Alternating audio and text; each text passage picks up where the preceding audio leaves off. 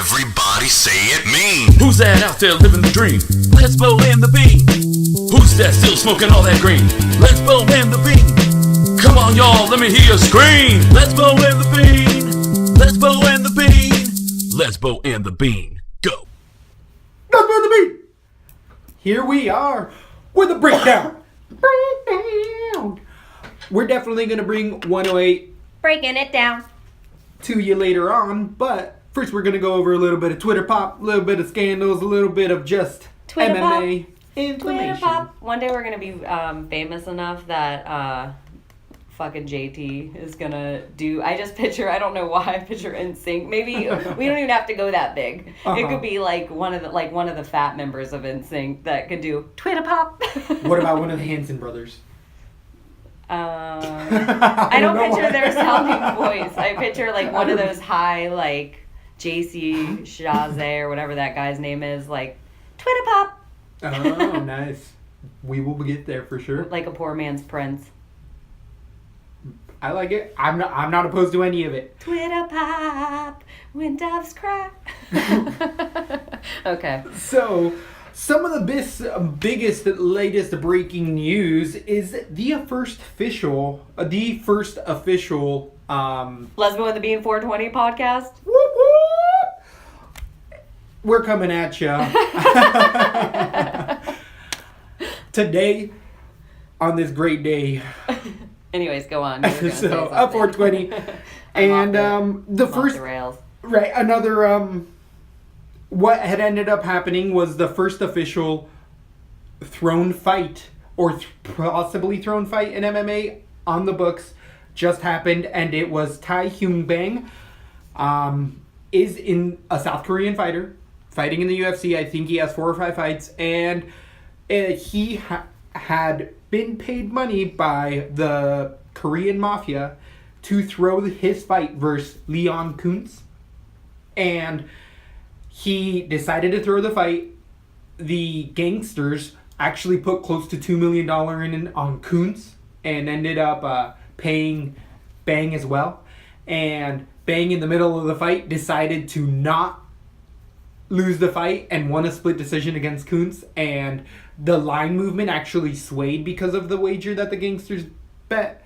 But That's some Pulp Fiction bullshit. it's some unreal shit. So the gang really upset. That's Once- exactly like Pulp they- Fiction. You know how Bruce Willis's character? Yep. Real life. And is it a prediction? Did Quentin Tarantino tell the future? I know, but it would be Oh, so boxing. much cooler if it was a big, huge, like, a big fight.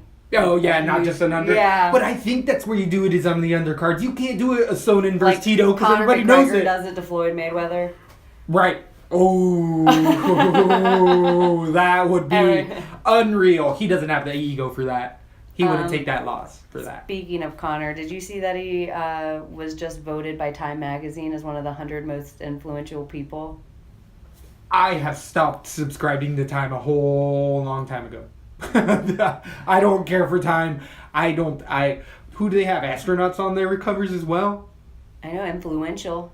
It doesn't mean it's bad or good. Yeah. It just means they're influencing people's thoughts. Interesting. I wonder how is That's why I influence think putting like Ireland on the map? Hitler, like the person of the year or something. It's just the person that swayed the most things. Like who is like when you think about it, whatever you think of Trump, he encompassed all of 2016. Oh yeah. Because he was the man of the year, and people were like, well, so was Hitler. Well, you're like, yeah, they encompassed that whole year.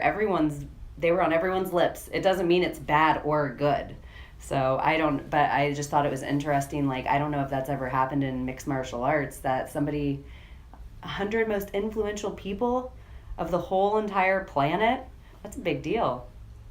But he is influential. I'd like to think it's not because I'm, as they say, balls deep in the sport. I would just like to throw a theory out there of potentially why he may be so influential. And I feel like traditionally, as humans, people that are in combative sports, such as Muhammad Ali, sports figures in general, Yeah, I'm But- sure he's but- been one of the 100 most influential people of the year. That's a good person to pick out that I'm sure Muhammad Ali has. Exactly. He's been on a couple of those covers for other reasons. But other also physical sports, like it's just people like to get behind their fighters, and Conor did bring a whole nation up. And when people come from a country and there's a champ, they really get behind that, and it's been proven time and time again. People I think love a to get forgotten behind. heritage of fighters on this planet. Like people forgot about the Irish, like Gangs of New Yeah. York kind of I can't style, remember. and that's just the American Irish. And there's those whole people too with lineage from that place that you see, Right. and then a whole country that's had crazy wars, crazy revolutions. Oh, yeah. Crazy, to fight for where they're at. I think it is forgotten in a way of like a country And of they fighters. really put themselves in the limelight. Not anymore. There's a really good documentary that is Jack Johnson, Unforgivable Blackness on PBS. Wonderful documentary. It's like 4 hours long about the boxer and how at the time he was really hated, but they talked about the social dynamics of combative sports stars in our culture and history, and it's so true. We do find that sports champions tend to be heroes.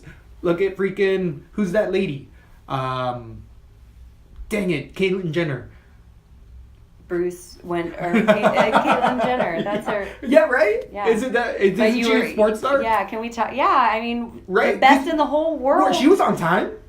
The best in the whole And world. we got behind that person and we're like, yeah, that's one of ours. Yeah, and we're everybody proud. knew that was one of ours. We were super proud, and we tend to do this. So That now, woman, she was the best fucking athlete on the she was the entire best man in planet. the world. Feminists need to own that shit. Yeah, I That guess. woman Yep. used to be the best man on the whole fucking planet. Truth. That's went back evolved. when- It was like Maybe three it's sports. proof that eventually you evolve into a woman. Whee! Once you become the best I man don't on the whole know. planet, Ooh. the best. Once you do, What is there to do? What is there to do? Yeah. What is there to do left? Who's gonna say you're not masculine enough? You were the best man on the I planet. could just think of a million other things to do though, like skydiving, like being the first guy to be a jet on fly my own personal jet, like on my hands, like that eagle suit. yeah, exactly, or like walk on lava without dying, try to walk on water. I mean, there's like literally million other things I could think of trying to do before getting a sex change. Caitlin's Woo! officially. Yeah, a no, I woman. know post-op. I know. And I think that crazy, I feel like amazing things that person's done in their life. yeah, but I just kind of think of how awesome it bring like that whole subject of what will Caitlyn ever get to compete? They even say like golf tournaments. Like, well, does Caitlyn? It's a truth. compete? There was just actually a really good piece I saw on Twitter that was the first woman to ever run in the Boston Marathon, ran again this year at 70 years old. And they were showing photos of the commissioner trying to rip her label off of her back because she had registered, I believe, with a man's name or close to a man's name or something like that. But it's some really interesting photos of how far we've come from just then. Like in her lifetime, she was the first young woman ever to run in that marathon, and now she's 70 years old still running it. I mean, that's a lifetime. And now we're here. Now we're worried. Now we're in unisex bathrooms and I don't even care. all I crazy really stuff. feel I'm just a person that really thinks like our flesh suits are so meaningless and they're like in the Agreed. grand scheme of time and space in this created Julius Caesar calendar, if you really think about it, and the clock you wear on your arm. I just am a person that thinks like your flesh suit is in a blip of an eye. But I like to think my spirit continues. And so we've probably all been other, not just beings, but sexes. And there's probably more than two. Like, we just think about it in such this finite realm. There's probably, I mean, and we obviously know that gender-wise, there's a lot more than two. Oh, yeah, yeah, So yeah, I yeah. feel like, fuck, we are probably all every spectrum. And so if we're at a place in time right now that people have the freedom to get out of their flesh suit and into another one in this lifetime, cool. Good for them, man.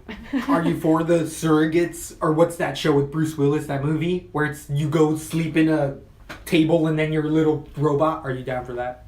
I don't know. It's the one of my friends, and I think it's the best quote that I heard is, "I don't know. What are you guys gonna do?" I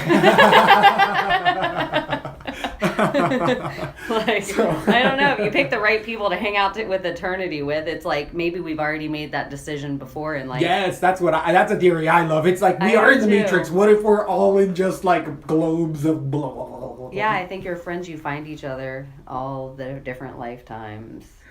And your family you get stuck with in the lifetimes to overcome fucking shit that you have to overcome. They're like mirrors of your best qualities and your worst qualities. And you have to learn how to communicate that, not just to them, but to yourself.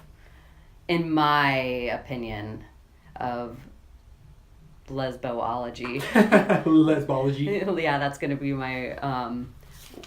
That's the Ron L. Hubbard for lesbo. No way. Okay. We ain't got to get that deep. Back to fight talk. About the Twitter pop. Any other... The first fight, he's in custody, Bang's in custody. He's fought since then, and he lost to Nick Hine. It's 420. I'm allowed to talk like that. Yeah, well, good. We got ready. We got ready for the 420 show, just to let you guys know, and we will keep on making sure that we're in the... I tried to get a floating appointment for today a few days ago. Like, I was like, oh, you know what a perfect way for me and my bee to celebrate? We'll go float. It was such a difficult thing to make. And I found a deal that I was like, oh, that's an affordable price for two people to float. We can afford that. And it wouldn't go through the code.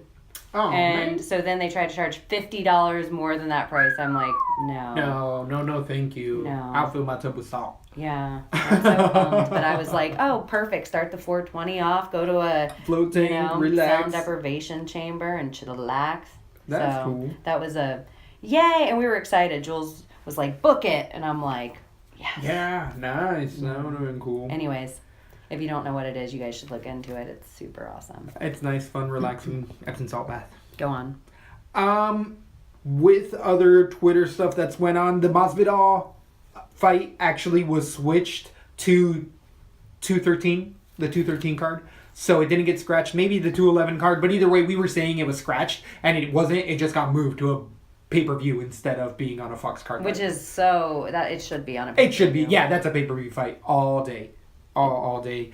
Other fights that have been announced that I'm just trying to think off the top of my head. Any that you can think of? I know we retweeted a few of them. The Spartan versus Brad Tavares. That's a fun fight. I'm really excited to see how he decides to do his hair for that fight. I can't wait. It's going to be amazing. I think we've talked about it so much, he'll stay with the good luck charm of the bullet braids. Speaking of which, Michelle Waterson's bullet braids that started out in that fight. And I didn't want to be a racist, but I was thinking after the fight that there is no way a black woman did her hair. Ooh, I would. Because her hair was a mess. Yeah, it did get kicked off of her face.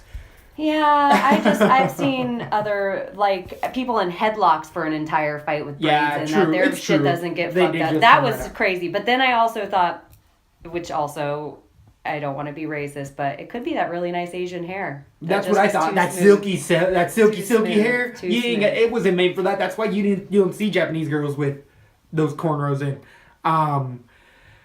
The other interesting fight. Dang it. Yeah, it was just on the top of my I phone. know one. Yeah, unless you go wrote ahead. it down. Nope, go for it. Chris Cyborg versus Jermaine is officially signed, I think. I heard it was unofficial, but it was close to being signed, so they're trying to work on that fight. And that's it's a fun Chris fight. That's Cyborg's a fun fight. last fight on her contract. Wow. Like, Interesting. her contract's about to run up. Yeah. So I don't know if it's her last fight or they have a time frame to get her a fight before the contract is null and void in its own. I don't know how the UFC or any of that works, but what do you think Chris Cyborg does? Or do you think the UFC keeps her to build this division around her? Or is that too... like, right now where they're at, they have so many divisions already built that are weak-ass divisions that they really need to work on. Do you start a whole nother weak-ass division? I feel like they're Chris, trying man. to. They've been trying. They're trying to feed her whoever they can, and what else can they do other than keep bringing people in? Holmes fighting Betch. That's make it or break it for Holmes. That's Holmes' make it or last break fight. it for both of them, don't you think? No, I think Betch just won, maybe. Oh, No, she did look like a pit bull in her last fight. You're right. no, maybe she lost her last fight, but the one before it she won. or something. Yeah. Because I feel like I had against her. But she didn't look bad in either. Yeah. She came out swinging. She's definitely trying to win those fights, and that alone can win her fights. She's aggressive. But exactly. her aggressiveness, I see that playing out like a lot like Ronda. Yep. That's the only way Holly wins. She needs forward momentum. And that could be Well, exactly that's a perfect counter striker. I was about to say that what we were could be just what saying. the UFC is doing. They love her so much. They're like, gosh dang it, if you can't beat this bitch, we don't know what to do. We don't know what to do, Holly.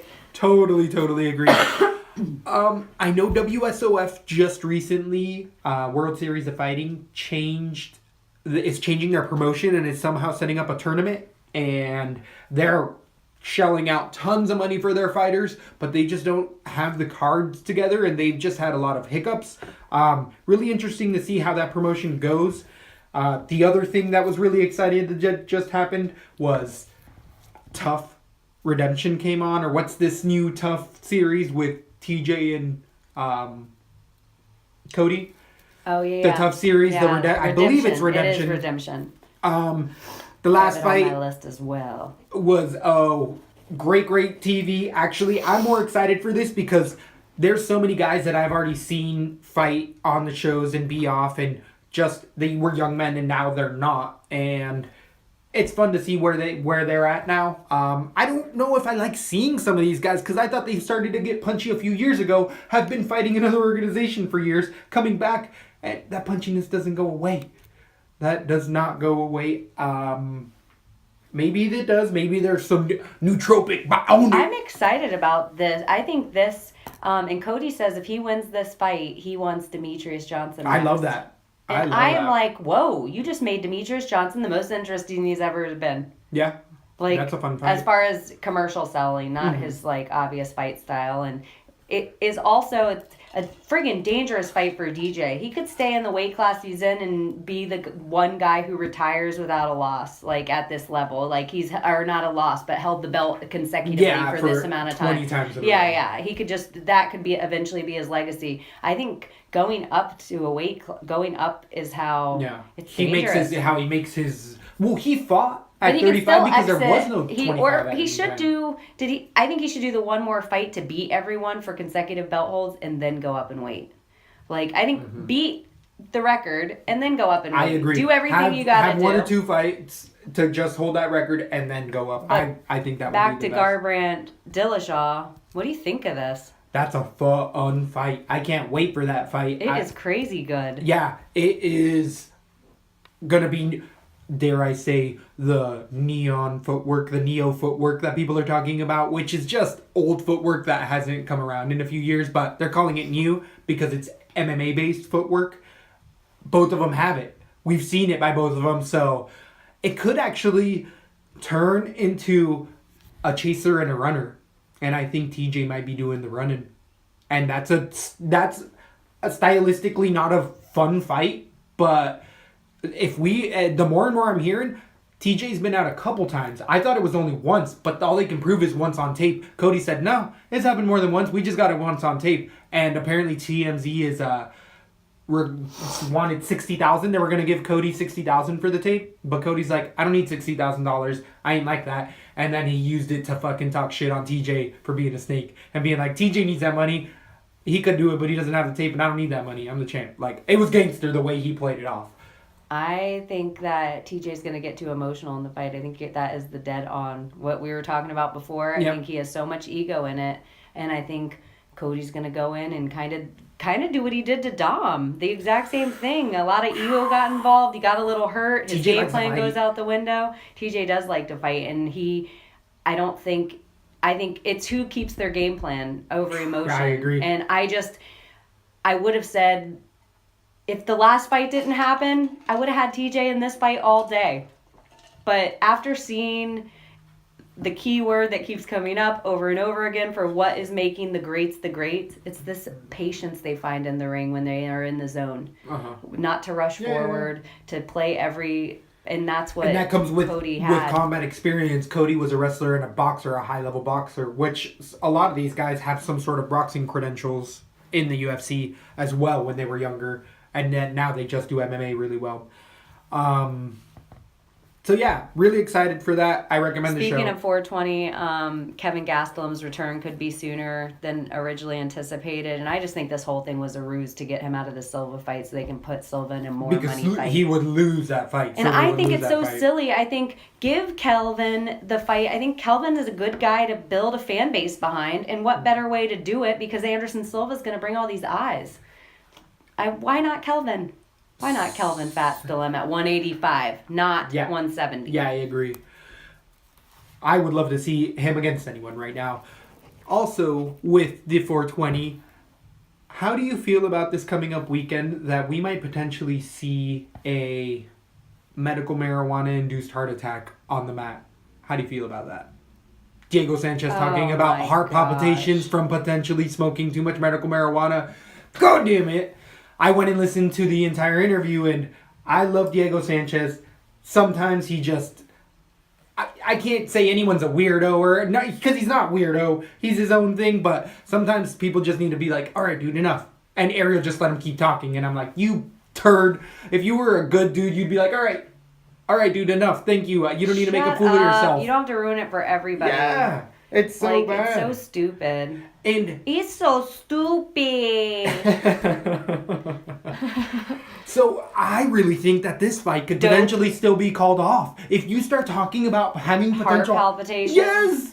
The UFC is going to be like, okay. Well, you said it before any of this came out. I think our last episode. Yeah, you said, I just don't have a good feeling about this fight making it to the mat. Yep. And then we still got a couple days left. And so far everything's good. But and we'll see. If it does make it to the mat, already, when you're the fighter that's giving yourself the verbal out of, I'm not at par, everyone. I told you beforehand I wasn't at par.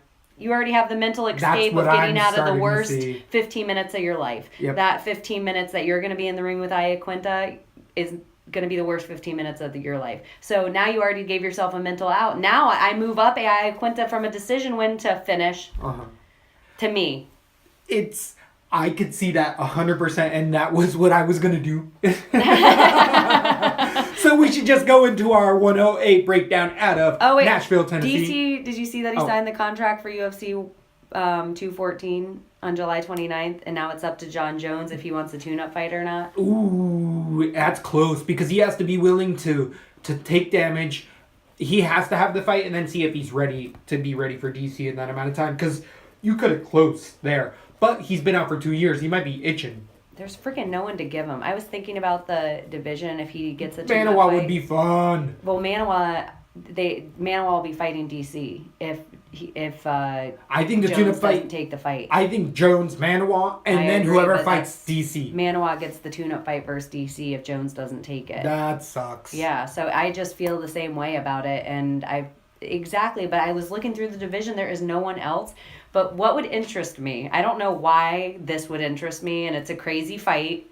But if I could see a catchweight, this is weird. Mm-hmm. If I could see a catchweight at like 190, Rockhold Jones would really interest me. That'd be a fun fight. I'd watch it. I just think stylistically it'd be interesting. Yeah. I mean, obviously, I would think Jones, just because I think he's the baddest man on the planet. But just to give him a fresh matchup of an actual competitor. And I feel like for Luke, I feel like their fighting styles, like, Luke wants a big fight to come back to. Like, why not this? And at a catchweight, it doesn't have to go on, it has the asterisk by it. I mean, for that, I would say then anybody in the 185 that struggles at 185, Weidman versus Jones, I'd like to see. I mean, anyone who struggles to make 85, put him in that catchweight against Jones. I would love to see that, for sure. Just a fresh matchup. What about Woodley? Versus John Jones. He walks around at 205. Jesus. There's too much of a size disparity. Yeah, he's way too just small. Bisping Jones? Yeah, I'd watch that all day. I would love that. I'd watch that all day. So, anyways, I think there's a lot of tune-up fights of the catchweight. It makes more sense for one of these catchweights to come up and wait and take it with an asterisk. Or if they made a 195 And as a fighter, division. wouldn't you like to know you were in the ring once just as a fighter? Yeah. With the baddest man on the planet? That's what I love about Michael Bisping. He's like, we'll get to you all. Don't worry about it. I love that he's saying, hey, Yoel Romero, he gets the next shot, but now he's saying Whitaker gets the next shot. He believes Whitaker does. But either way, he keeps just telling everyone, I don't care. I'll get to all y'all. I'll still fight.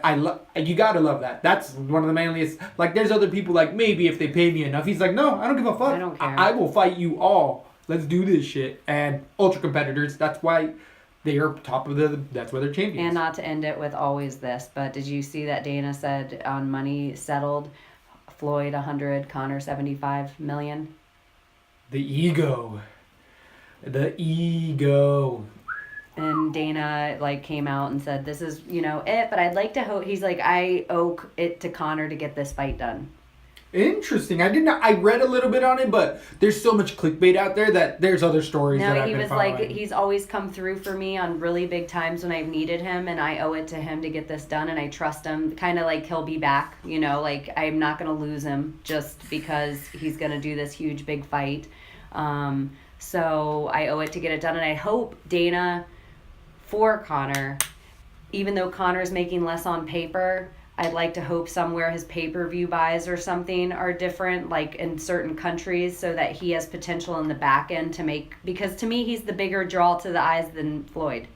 And I think most people would feel that way. So, yeah, and not to take away that Floyd's the best boxer ever to live. No. I just don't think it brings as many eyes as this guy's personality does. Because it's not just the fight night. You're going to bring 1 million or 2 million to every press conference that it has. You're going to bring 1 million to 2 million to every commercial. You're going to have all this clickbait. They could charge for the press conferences. They could charge for the intro Everything, commercials. yeah. They could be like, for $1 on your YouTube Red, you can watch the commercial for Mayweather. And people would pay it. Oh, yeah. For the T-shirts building up to it, for the championship shirts after someone wins, for the Smack Talk shirts, for the amount of stuff that's going to be made off of it. I just want to hope that Dana in the back end saying this, because there's more money to be made, I think, in the back end of the deal than the original contract.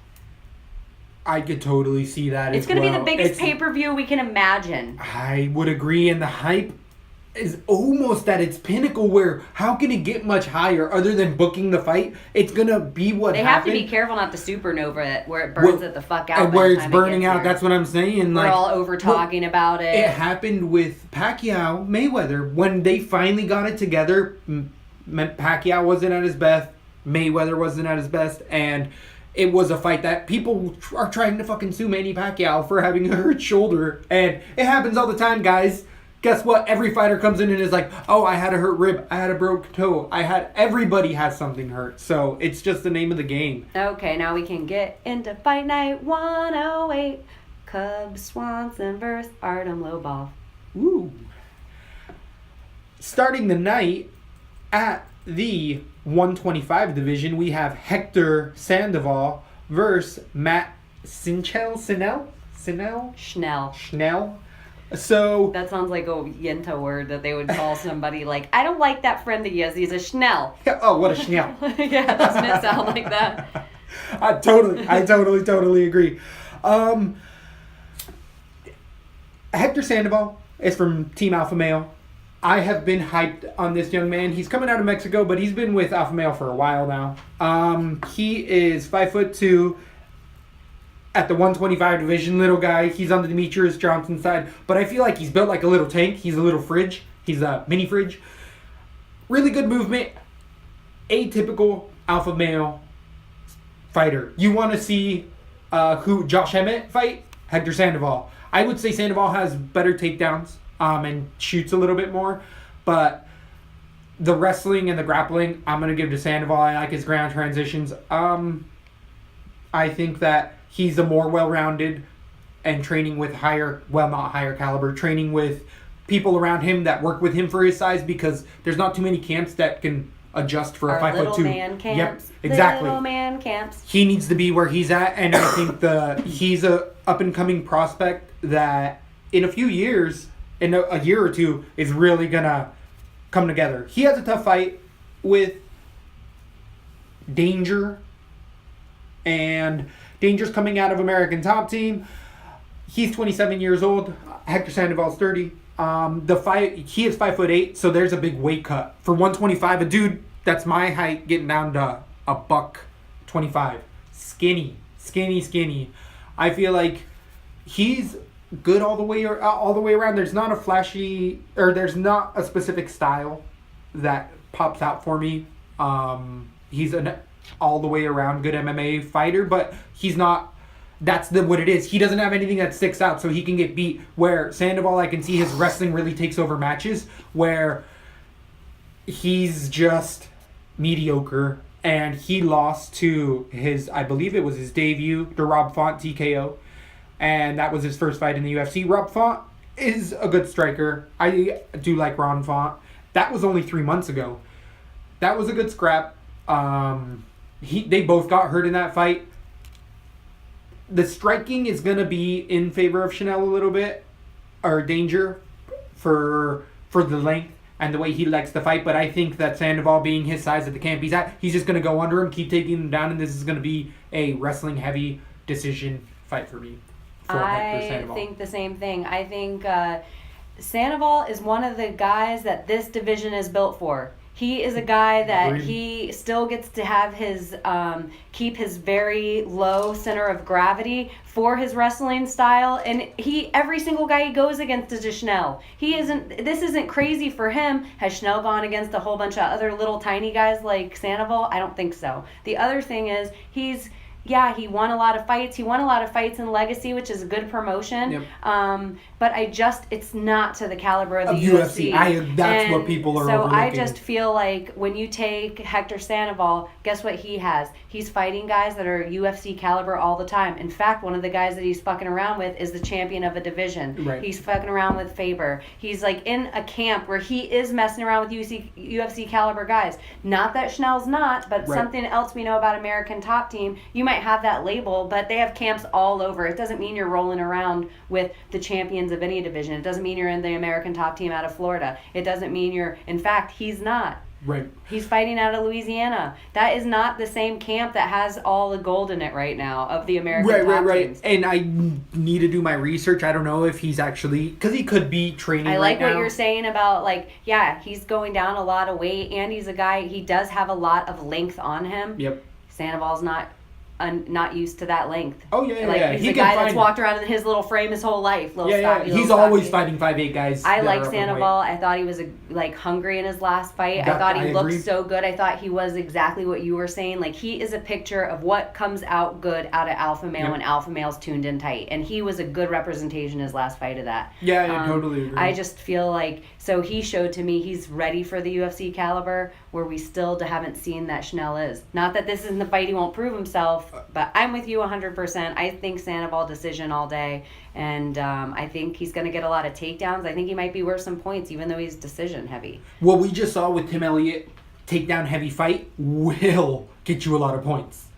I don't think he puts out the type of takedowns that Tim Elliott is, because he doesn't let people up. Once he gets them down, he kind of holds them down. I think he does that punch, that body punch that the Dillashaw and all them are doing, where he treats a lot of the alpha male guys, where they have that takedown, where it's just right into a transition right into a takedown.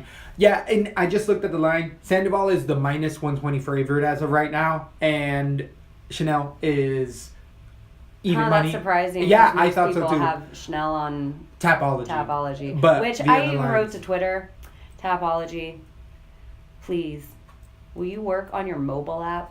Please.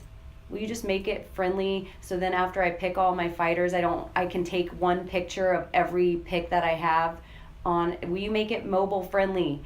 Just get somebody in there that designs that kind of thing. It would be so much better. I don't want to have to jump ship. I don't want to lose all my predictions that I've made since the start of me watching UFC. So please. We're definitely looking for help out there. If you guys know anyone that could help Tap, let them know on Twitter that you were willing to help them. If I knew how to, I would, because I enjoy this kind of stuff, but I don't know how hard it is either. So hopefully they can get it together and we can all have a better app experience. I tend to go to the site myself because I can't stand it on my phone. It drives me nuts. I know. Nuts. I'm only a phone user for most things when I can be, and so it drives me crazy that I have to go to my computer. Yep. And then on my computer, I can't, after I have it all, I still can't save all my I still can't, I want a snapshot of my predictions. So that way when I'm doing my DraftKings, Bovada, whatever other things that you may be effing around with on fight night, it makes it a nice, easy transition. Agreed. Moving on to the next fight, we have a bout contested at 135 pounds between newcomer Cindy Danios versus Alexis Davis. Alexis Davis is definitely the person we've seen a whole lot more in the UFC. I believe she has 3 or 4, maybe 5 or 6 fights now in the UFC. She's been in it prior to that a long time. She has a very seasoned record at 17 wins and 7 losses. Both of these women are 32 years old. Cindy is coming from Bulgaria. I know that she has a judo background. I believe it's an Olympian judo background, but she's been training a lot with Miesha Tate. It says that Cindy's at Perfect Team MMA, and I watched her on the Invicta scene as she was coming up, and I was not impressed. There was nothing that impressed me about her. Everybody's saying she deserves to be in the UFC. She's in it to win it, all that good stuff. I would say, yeah, she's hungry. She looks like she wants to fight. But as far as her skills against the competitors she's been going against, she hasn't had...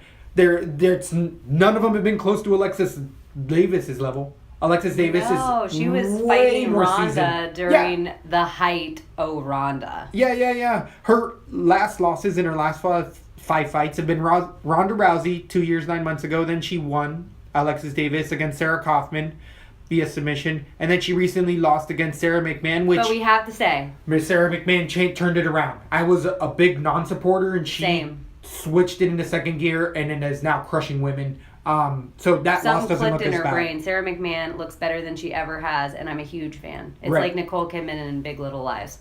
It's the exact same way I feel about Sarah McMahon. So I went back and looked on the tape with Cindy to be like, okay, maybe there's some way I can make money on this fight and have the underdog, because is a good amount of, I feel like, hype on the Twitterverse for her because she looks the way she looks. She does a rockabilly style that fits her really well, and she is... to me, she looks like a soccer mom. I don't know why. It's just what I get from her. But she's been a lifelong martial artist. To me, she looks like the girl at the end of the bar that, like, see the bass player in that band? That's my boyfriend. Those girls she has can a fight. can of beer. Those girls can She fight. has her own koozie that flattens and she can fit it into her back pocket. And a flask. She has a tab at the bar, so I just don't want to carry a purse all the time. So she just runs a tab at the bar and pays it at the end of the week when she gets her paycheck. Maybe she even works at the same bar. I could see that. She gets off shifts and then just goes straight to the bar. She puts a quarter in the jukebox. So Steve Perry is the voice of an angel. He does. I do love I mean, Steve who can Perry. argue with that? I would agree. She has good taste. That's the At best least we know thing she has I've good ever taste. heard Battle Cat say. Maybe I'm going to go for her now. I didn't know she was such a Steve Perry fan. Well, now that you say something, the bet is actually whether she comes out to Steve Perry or not as her walkout. That's the bet. Just a small town girl. If she listens to the show, that would be the best. So, I think the experience all the way around, Alexis Davis is a better mixed martial artist with more experience. I think that's going to pay off. I think the straighter punches are for Davis, and I feel like the way that Battle Cat dominates women is women that really don't have ground games. Alexis Davis isn't the best on the ground, but she isn't bad at all. She definitely was out of the Invicta scene very quickly because UFC was like, oh, she's our level of fighter. She was always fighting for the belt in Invicta and always just fighting Ronda or whoever her predecessor was right before that. The scene had just opened at that time. I have Alexis Davis' decision. I think that she's just all the way around a better fighter. She should win this fight. It's going to be a big step up for Battle Cat. And I think she's going to come up short, but she'll be better her next fight. And I agree. She just hasn't had the quality of competition that Alexis Davis. That's what it boiled down to for me. It wasn't a skill thing. It wasn't a training camp thing. It just boiled down to I looked at the opponents' records of who they've gone against their last 5 fights. Yep. And records mean everything to me. And it's not because I don't think Battle Cat might be battle ready next time. Training with Miesha, it lets me know that this is going to be a 3-round grind. She's going to have cardio like an MF if she's training with Miesha. She is going to be up to par of the grind of 3 rounds. But Alexis Davis going against Sarah McMahon, I know she can do the same thing. I think this is going to be unless something crazy happens, like somebody's working on inside elbows, this is going to be a boring fight. I don't think it's going to be worth a lot of points at all because I just think it might be takedown heavy in the first round and a half, and then they're going to be tired, and it's going to be that up against the fence. Get your hands out of the cage, ladies. Get your hands out of the cage where it's boring, and Herb Dean's going to be there, and he's going to wonder or not if he should break it up, and then finally when he does step in to break it up, it'll be the only time a good transition happened where action was about to happen. But I just think it's that kind of fight, and I think Davis will just pull it out with experience. We're on the same page with that. I'm still excited for the Battle Cat to come in. I definitely like whenever we get new ladies on the scene. Moving on to the next fight, we have... I predict Battle Cat to actually get hurt and go for that clinch. I think that's just... If there is a bet to make on that fight, it's the over.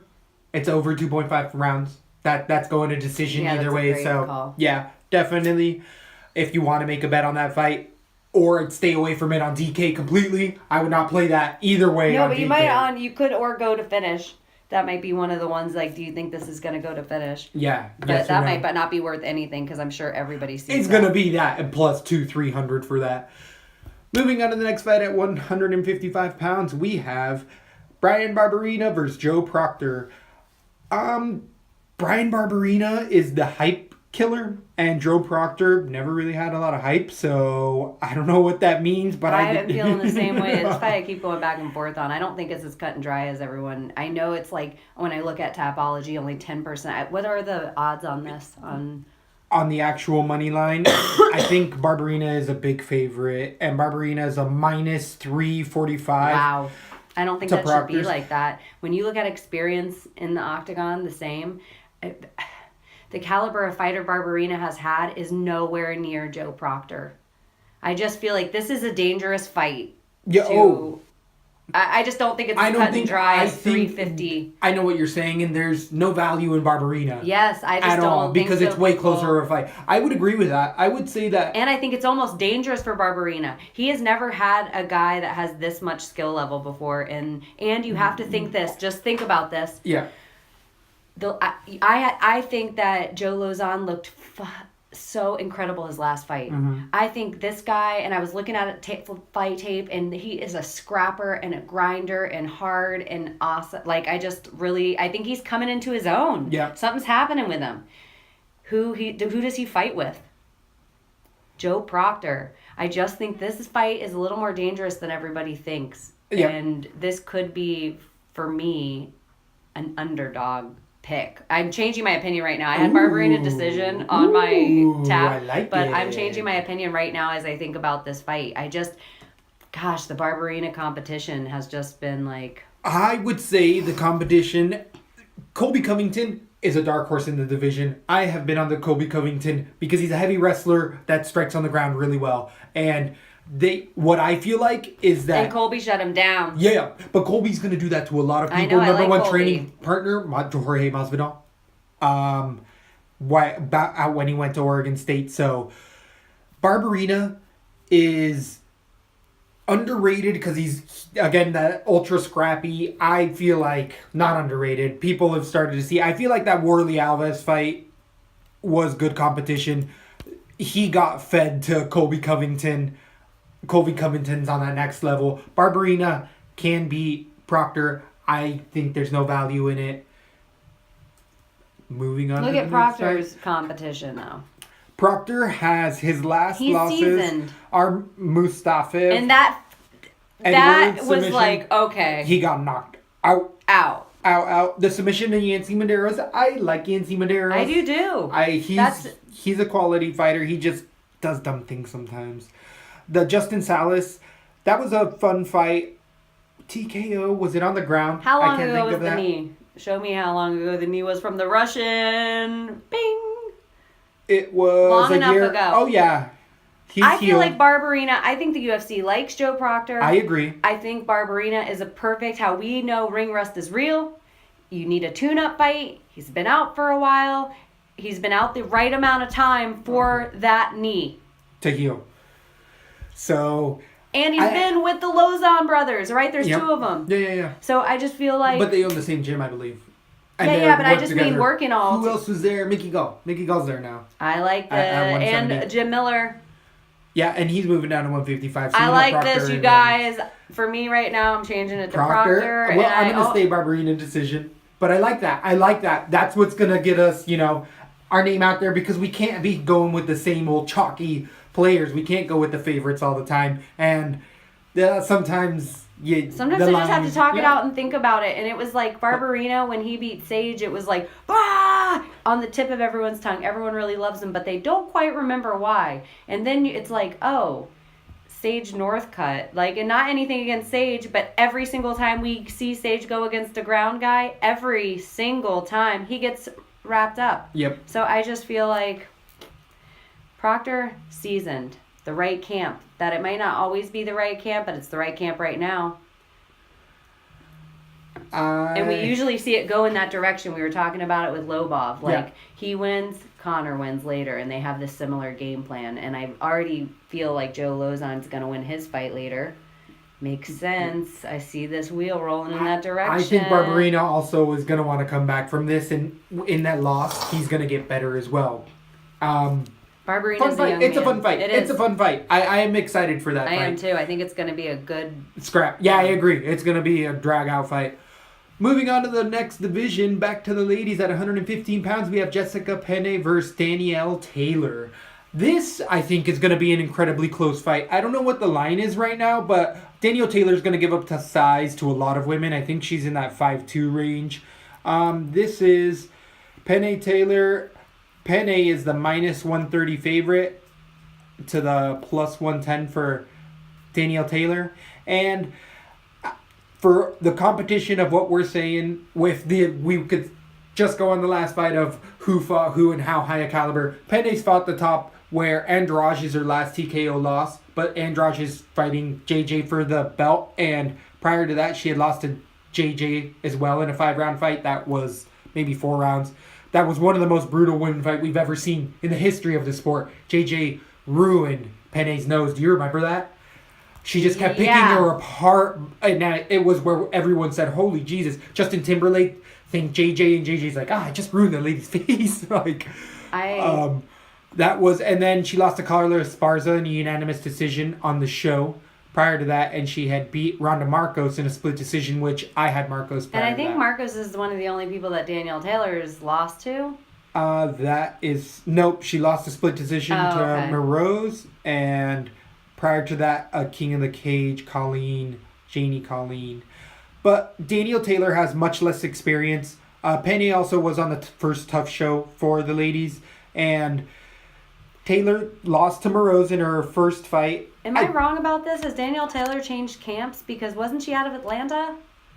Oh, I can't remember. I don't think she was. I thought she was a California fighter and out of the Cali scene as well. I thought she was somebody new. I remember when she was coming up and she had like buzz behind her in her first fight in the UFC. Uh-huh. She wasn't in the house with the rest of the girls in that weight division. I thought she came in on like 11 days notice, and she had a fight. Can you click on her? Will it say anything about her? It'll show you how close her fights. I believe she had just won a fight like literally a month before, and then she had like 9 days notice before she fought Morose, and she had a split, or she won a TKO to Colleen.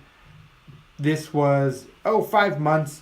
I feel like it was short notice though. It was a weird fight, and she was a new fighter. Yeah. It was a weird card. She hurt Morose. I feel like she was more of a local fighter. She hurt Morose with an overhand right. She throws Taylor throws a really hard overhand right. She throws it like DJ and the alpha male guys. She does it all the time because she's that little frame. It's really interesting how the alpha male guys all have the same style because they all have to fight taller fighters. I really was just going to say that I think a good thing for her career, but if she's already in California, then it's weird, I know, to go between camps like that. I still thought she was fighting out of somewhere different.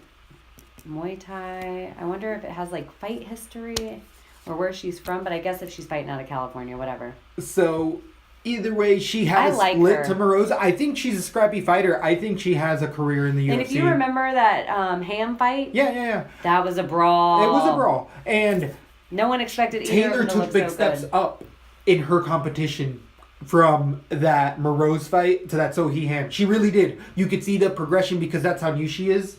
to the sport and just in her career, where she's going to take a big step up from Ham. We're going to see her look better, but I think that Pene's experience is still so much higher level. She's been in there with JJ over 4 rounds. You learn from that. Even though you take a beating, you learn from that. That Ham fight was no joke. By the end of it, both women were exhausted. They friggin' punched. Yeah, I just have a different thing. I feel like if we had a YouTube station and I had a green screen behind me and I could play a clip right now for my little study that I did of these fights, it would be Jack Nicholson sitting on the thing and he would say, "You can't handle the truth," and it would be Jessica Pene's nose, because I think when your nose takes a beating like that, after you said that, it changed my opinion of this fight. I had Pene as well. I felt like Danielle Taylor could take the beating. This is the other. Never. I'm going back. Wait, no, I'm going back. All right, we're seeing it. We're hearing it live, ladies and gentlemen. Alliance MMA.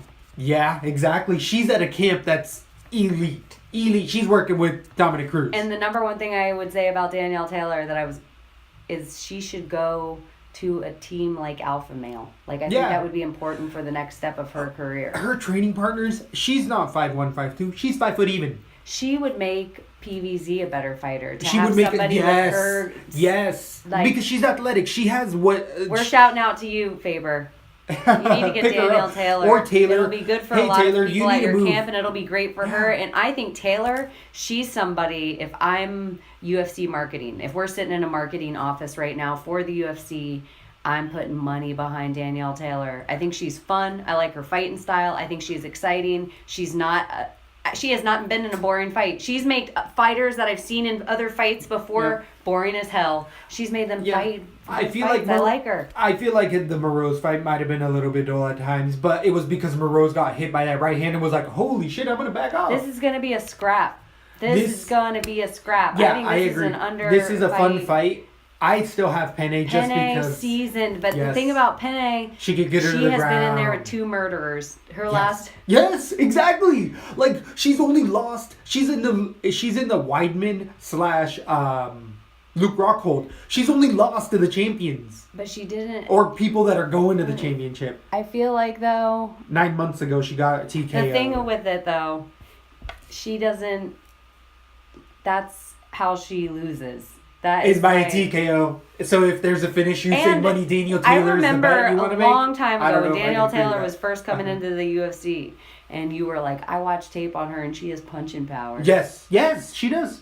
She does. So but she hurt Moroz. She might sometimes, and look at, no offense to by all means the goddess of JJ, or I like Andrade a lot, but sometimes you're the fighter that makes other fighters look good, because they blast you and you have a glass face. I'm a person with a glass nose. Well, I'm this person. And I'm looking at her nose and right across her bridge where it's going to break again. Yep. And with somebody who you're like, this person has punching power. And this person, tonight's a night, I always usually go with the person with the reach. Yep. I'm going to go with Taylor, and I think she pulls out a decision or a TKO finish. If there is a bet, I like the wager out there of the Taylor by TKO will be a prop bet somewhere. I am going to go with Pene just because I feel like Pene can, if she fights smart, like her camp can make her potentially fight, she takes Taylor down, because we haven't seen much of Taylor's ground game against the caliber of Pene's ground, and I think that that's where this fight's going to get to eventually. But I'm telling Taylor you, does have a good takedown. Takedown. Would you say a JJ elbow could take your nose to a place it can never come back from? Yes. A child's elbow could do that. And then would you say that same broken nose could be so devastatingly unhealed that you could make somebody look so good that they look like they should go in a fight against that champion? She's got a beak on her. Ya. Like, if she was like Daniel Cormier, where he's like, it's a little bit, it's a little bit. Dynamite. Like, she has a little beak because where it's turned. This is my guess of Danielle Taylor. Little, stout, compact, stocky. And she probably comes forward. She probably gets a perfect line. Blitzes you. Boom! Blitzes throws. I'm seeing it. I'm seeing this nose. It's the nose. And sometimes people can't help it. Sometimes people have weak hands. Sometimes they have. I'm telling you, from somebody with a weak nose, it doesn't come back. Misha Tate, Ronda Rousey.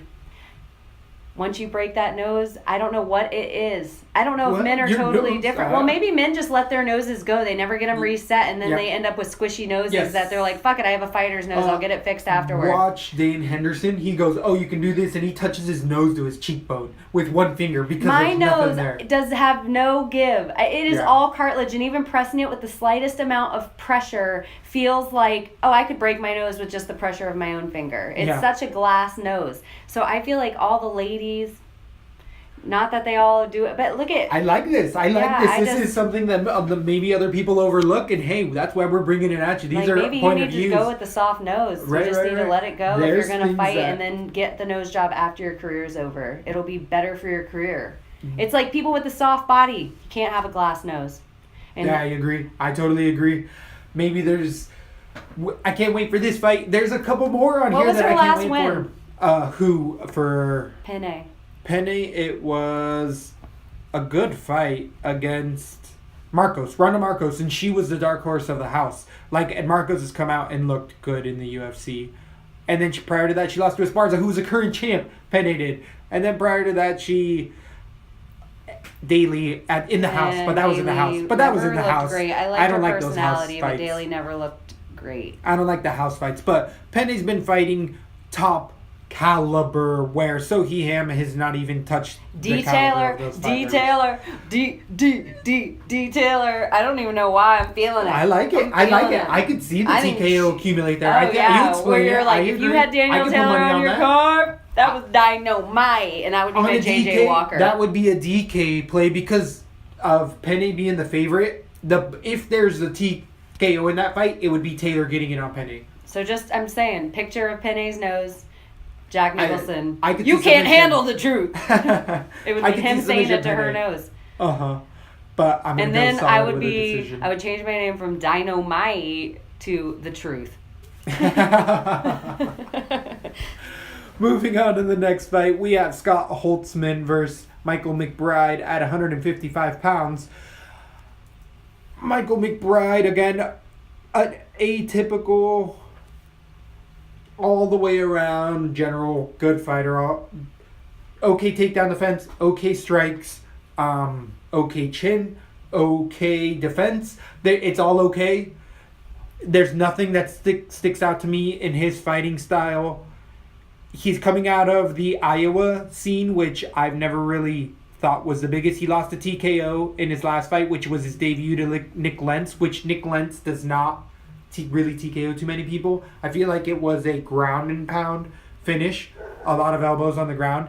And Holtzman is good on the ground. Holtzman, that's what he does. He takes people to the ground and dominates them. Holtzman just came off of a loss to Josh Emmett, the alpha male guy who he got out wrestled by. Beat Cody Pfister prior to that, and he lost to Drew Dober, which Drew Dober's a competitive fighter in the UFC. Drew. Yeah, I like He's Drew. One to watch. He beat Chris Adulu prior to that. Didn't they drop Drew?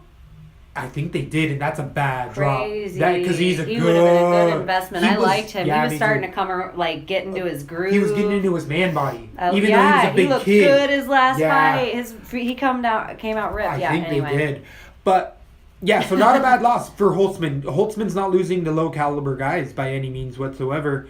Pfister's not in the UFC anymore, and he shouldn't have been. And I think that the ground game is going to be the definitive thing. I don't know if he gets a submission, but I didn't like McBride the way he looked. Nick Lentz is way higher caliber than what Holtzman's caliber, even a fighter, has been. He came in on short notice, and McBride didn't get to show off at all. I think that I just got Holtzman all the way around. I think Holtzman's a heavy favorite everywhere, Yeah. and it's easy to see why in this fight. Yeah, exactly. It's hard to... No reason to go too crazy into it. Yeah. Holtzman is a minus 360 favorite right now. Yeah, I don't think we're gonna be opening the Pandora's Yeah, box. on why. Yeah, so Oh, I shouldn't keep on trying to break it down. A hard ass fight to break down for no reason because it's Yeah. like, ugh, I just don't care. There's other fun fights we could talk about, such as Dustin Ortiz versus Brandon Moreno at 125 pounds. I love this fight. I think that this could I be love fight it of the too. night. This is such a fun fight. Dustin Ortiz, I've always been a big bandwagoner. He's only lost to elite guys in my eyes, and they've all been in scraps against Wilson Hayes, Jussier Formiga decision, which I thought was a bad split.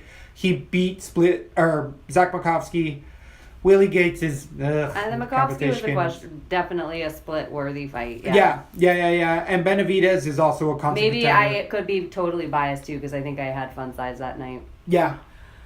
I don't know why I'm it a was hater on good Ortiz. I think a long time Wrestle ago when heavy. I first started watching, no, it's not ever that. It's usually because somewhere along the line I had them with all my heart and they were like, oh. They lose, yeah. I know. Yeah, I agree. He has had losses that I'm like, oh, it does hurt because I've picked him in a lot of his fights. We already talked a bit about this in our previous show. Yeah. I have Ortiz still decision because I just see that caliber where Ortiz doesn't get in the flash positions that Smoka gets himself in and gets submitted because that's his best wit. Well, Benoit is not even close to the caliber of Ortiz. I think Ortiz would run through Benoit as far as wrestle heavy fight.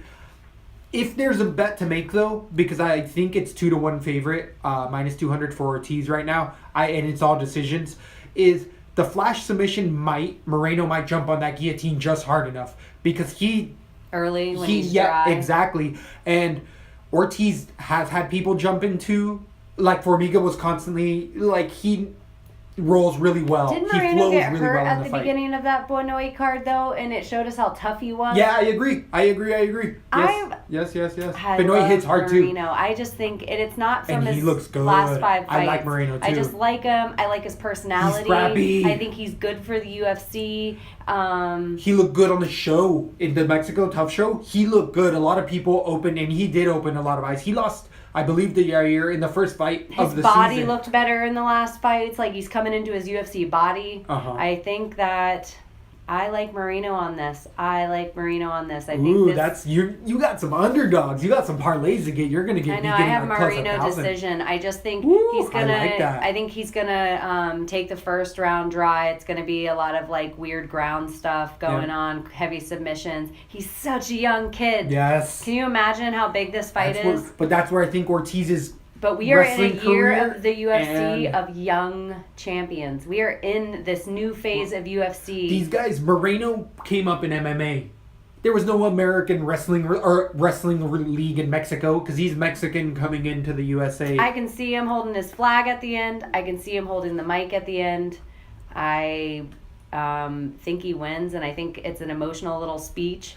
I do think a split decision or a flash sub for Moreno, but I think the decision. I think he's heavy. I think he has a good ground, and so I think it stays that way. I think he's getting power in his punches. Yeah. I do think it goes to decision, but I have Moreno decision. Ooh. Moving on to the next fight at 185 pounds, we have Talaslidas versus Sam Alvey. We touched on this a bit as well. Chinny fighter against the power puncher. I spoke to Evil Twin about this as well. He's definitely like, you're putting a guy that has a rough chin, Talaslidas, versus Sam Alvey. I got Alvey all day. Put money on Alvey. He's the decided favorite. Alvey's a good guy. The UFC likes Alvey. Yeah. They're going to give him every single person in this division that they would kind of want gone. They're going to be like, here is a ball on a tee, and they're going to let him walk up there like a smiling 6-year-old and swing away at that ball on the tee and run around the bases. Everybody loves Sam Alvey. And KO, Sam Alvey. I'm looking at the lines now. Talaslidas is the minus 125 favorite right now. I am surprised. I would have thought that Sam Alvey was the decided favorite in that. And on Tapology, it's 53% going for Alvey. But, yeah, there's a blueprint to beat Talaslidas. Leites has to get Sam Alvey to the ground, and Sam Alvey has proven that he has good takedown defense. Sam Alvey's one of those people, if he was in a mixed martial arts movie, he has the kiss of death on his hands. Yes, he does. He hits people, and they're like, okay. Yeah. Yeah, like they were here and now they're not here. Exactly. They wake up in their bed Yep. and they're like, why are all these people over me? It's Where? Dan Kelly, even though that was We a like fight. Sam. He has a happy life. He has a good story. Yes. He has A the beautiful only wife, people beautiful that kids. beat Sam are, this is it. The only people that beat Sam Alvey are people that have Great takedown defense, and they have to be like the Stephen Thompsons, Elias Theodora. They have to have that kind of fighting style to keep him at range with their legs, because if they can't do that, he's gonna knock you out. Yeah. He's going to knock you out. And then we saw him he has a submission because he's not worried. He has good takedown defense. Yes, exactly. I think that's the playing factor for him. And I have TKO round 1, maybe round 2. Round 1, I agree with you. But I could see how it could go to round 2 where he sits in the corner after they're like, why are you grinding? Because he does take his wife's in his corner. I like the way he throws an uppercut. His wife's intelligent and she's in the corner, and she'll come up to him with the other coach. She never gets involved with the head coach. You know, she just says others after he speaks, she speaks. And they're going to say, why are you sitting there getting in a grind with him? Knock him out. Yeah, it's going to be finish him. Uppercuts. I like his uppercut, and Latex he steps in with his full back. It's crazy. Full and I think back leg. With the, not that jiu-jitsu guys don't have good takedowns, but they don't have as good of wrestler takedowns, where wrestlers don't get as caught as much with those uppercuts because they keep their head on the inside, and jiu-jitsu guys will tend to be a lot slower and sloppier, which allows that uppercut to land square. And TKO round 1. Yeah, I'm a fan of everything Sam Alvey. Yes, I agree. Moving on to the next fight. I think he gets our Twitter. The underdog so far? Well, he's the underdog right now. We have still other fights. But we could do our Twitter call out to Sam. I think he's a good person. What's up, Sam? For the little bit of extra luck. Oh, I agree. All right, Sam, we're giving it to you right now. Twitter call out, retweet for a little extra luck. The Lesbo and the Bean. Would you get a Sam Alvey tattoo if he called out Lesbo and the Bean? No. I couldn't. He's too white. My skin's too brown. What about like a smiling? Like a smiley face? Or just like big teeth that said smiling? Sam Alvey. I don't know. I don't know. Let's go to Bean! I couldn't have Sam Alvey on another man's name on my body. Would you get a tattoo of a smiling Sam if he called us out on TV? Yeah, but I don't want his face. It has to be something. A smiley face saying smiling Sam Alvey. I would get smiling Sam Alvey with a smiling face. Where would you put it? I think a butt cheek would be a good spot, but I can't talk because I'm not willing to do it. So I don't know. Yeah, I don't really care. I would get it on my upper leg. So I could show look at Smiling Sam. Nice. Smiling Sam Alvey. If you got high enough, you could see the Smiling Sam Alvey. Ooh, I like the placement. Yeah. So really easy show. Yeah, only my wife would see it. If I was lucky. If nothing went awry. And then I would take a picture of it and show it. And Smiling Sam and his wife could see it. That would be awesome. So, we calling you out, Smiling Sam. Hopefully we hear from you. How ridiculous. Moving on to the next fight. At 170 pounds, we have Jake Ellenberger versus Mike Perry. We talked a bit about this as well. Fun fight. Can't wait for this fight. I got TKO Perry round 2. It's Ellenberger's chin, but he went to a camp that got him better for a fight. I watched Jason Ellis on the Big Brown Breakdown. Uh-huh. And they're both boys with Jake Ellenberger. And they were going through the fight card, picking it. And they got to this fight. I haven't heard it. That's funny. And Jason Ellis is like, I don't think it's good for me to say, mate. They just didn't want to. Yeah. And Brennan Schaub said, Jake's my boy. Oh, shit. Jake's my boy, but... And I'm like, yeah, my feelings about the fight are pretty much the same as two people who have one trained with and one friends with and trained with. So I'm like, to me, it lets me know that probably Jason Ellis, because he's been in a lot of scraps. He already has head trauma at some he talks about openly. Yeah. My guess he's probably knocked Jake Ellenberger out recently. So heavy bet on Mike Perry. Mike Platinum Perry, and I would totally agree. I have Mike Perry TKO around 1 or 2 on that. He's going in on parlays, DKs, all days. I got Perry, but I feel like the line is going to show for that as well, with Perry being the minus 190. So I still think there's value at a 2-1 favorite in Perry compared to some other people. That's one of the lines that I'm like, ugh. I wish people would say, "Oh, Ellenberger's season, throw a little more money To on me, him." the way my fight card looks is I think it's a parlay good night to just pick easy, like who I think is going to You win. could put just your underdogs, and you're just gonna make money on that. Just a parlay of all your underdogs, from what I'm hearing. But I like it because I could see these being upsets as well. It's a really fun night of fights. Moving on to the next fight, we have Joe Lozon versus Stevie Ray at 155 pounds. We know what we're getting with Joe Lozon. Scrapper, ultra scrapper, grinder. In front fights, throws his elbows as good as anybody. I hate that his name is J-Lo. I fucking hate it. I'm trying not to cuss on the air mentally, and I'm cussing right now on purpose. Are you fucking kidding me? Like, I feel like this guy's been in some wars. Yeah. This agreed. guy needs a better nickname. Like, he needs to run a Twitter contest for a fan pick nickname. Maybe Lesbo and the Bean should run a contest for J-Lo. Joe, J-Lo, Lozon. What does he come into? I'm just Jenny from the block. I used to be a little, and now I'm some a lot. Hopefully, we're calling you out if you come out to Jenny on the block. I'm real, the way you talk, the way you smile. Are you kidding me? Are you kidding me?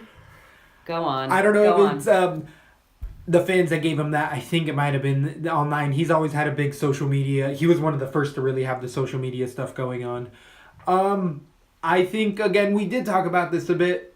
This Joe Lozon can get fights to the ground. He has great elbows. Stevie Ray is a striker primarily with okay takedown defense.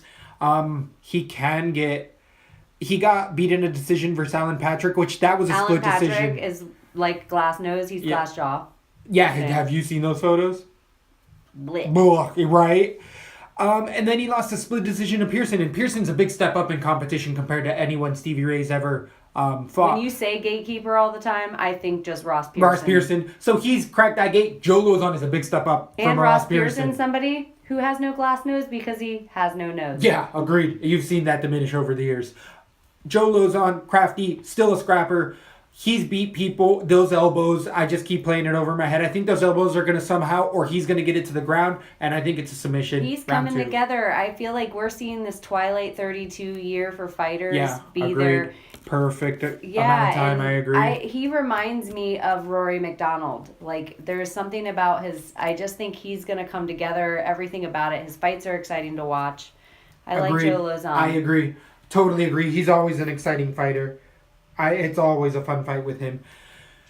Moving on to the next fight. What did you say you had a finish for that? I have a submission round 2. I think he's going to start to wear him out in round 1. I feel like Stevie Ray's gas tank is okay, but he does get worn out, and Joe Lozon puts the pace on people and then jumps on them, and that's how he wins fights. And I think round 3, but I agree with you on all that. Awesome. Perfect. I like that. I don't know what Joe Lozon is the decided... He's also an underdog. Interesting. What the? Stevie Ray is the plus 200 favorite. Today's the day, people, to go on and make these parlays and stuff, because these odds will all change. I'll be changing him. After everyone listens to Let's Blow the Beam. Fine dimes. It's not over. Sorry, everyone. It's where we're getting our most current lines from right now. John Dodson versus Eddie Wineland at 135 pounds. Again, the Jake Ellenberger, Mike Perry kind of situation, even though John Dodson, though, has the experience where he's only lost to top caliber fighters, DJ and Lineker, who's a top caliber fighter. Eddie Wineland, always top caliber. I think this is going to be a scrap, but I think that overhand right, the power, this is the Daniel Taylor as well of the division. I agree. Same kind of style, too. Thing. But Eddie Wineland does have power, and he has good boxing. He really does have a good jab. I think the amount of fights now that Dodson's gotten to be at this weight class is going to show in his muscle mass that he's been able to build in this time. And I think you're going to see the most dangerous Dodson that we've seen yet. I think it takes a while to get the good weight. So to go up, I think he's going to be set for his physique in this fight. Yeah. I think it's going to be good. One or two. Moving on to the next fight. Ovince St. Preux versus De Lima. I know that I said that I had De Lima, and this is how much I've changed my mind already. I have Ovince St. Preux TKO round 2. I went back on it, and the reason is because the caliber fighter I don't that like he's Lima. losing to. I don't like I Lima. just think I don't St. like Preux St. is lazy. I just think something about him's lazy in the ring. I don't like Lima. I never seen somebody give up like I watch OSP, and I just see OSP everywhere. They both don't have I gas will tanks. stay away from this fight Yes, all I day agree with that. long, That's all the day bet to make. long, all day long. That is the bet to But make. I am the opposite. I still have Lima on this. I think this is like his it. time to. I think they're passing each other in opposite directions. This is Lima's chance to prove He's a that hard hitter. He's this a is hard his chance hitter. to prove he's moving up. And Oven St. Preux, come on, come on. So it's a I think it's around 1 TKO. Either way, this bet is under the distance because both of these fighters are going to try to finish each other. De Lima does have heavy power. He really does. He knocks people dead when he doesn't quit himself. Once OSP gets it's hurt, so crazy. and It's too- OSP that no one's talking about with him, soft body. You wouldn't think Nah. it. He has that Matt Brown body. He takes a punch to the gids or a good bat to the side. No. He's just like, I don't want to be in here anymore. He just takes his money and he's done, and he has a big enough name to be that fighter the rest of his career.